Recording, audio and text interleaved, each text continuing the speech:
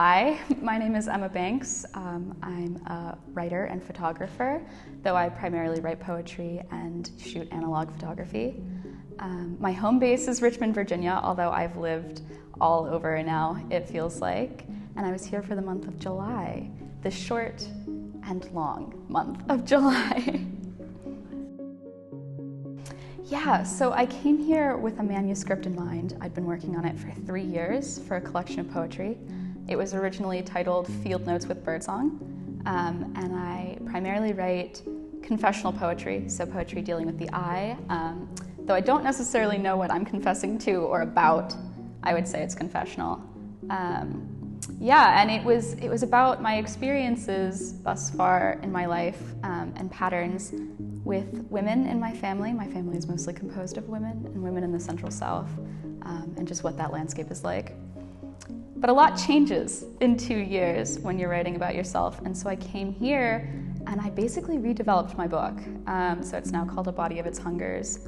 It's split into 4 sections: table, foul, body setting, full course, and wash. And I came here to generate work, not to refine it. And so this was a really nice pause, actually, for me to kind of synthesize images and patterns and landscapes in my life that keep reappearing, and look at them as one full thing, which is what I did for this month. And then I created a miniature book, I guess a miniature set of books. And then the factory.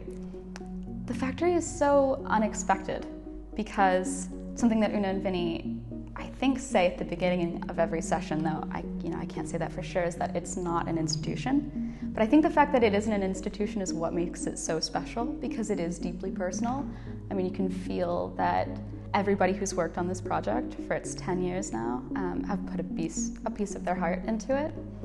And everybody who comes here leaves a little piece of themselves with it. So it has a long legacy and a build-up behind it that you can definitely sense when you walk in.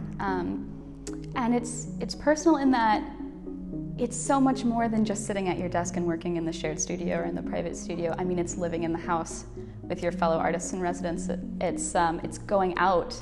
So, one of our fellow artists, Jillian, had a car, and we'd all pile in, as many of us as would legally fit, and we'd go out, and it was so wonderful to see people working in different mediums and in different ways and absorbing the landscape as they did, and to come back and to reincorporate that into their work. And so it's like a shared experience that's also very individual and, intimate. So the factory is very special to me.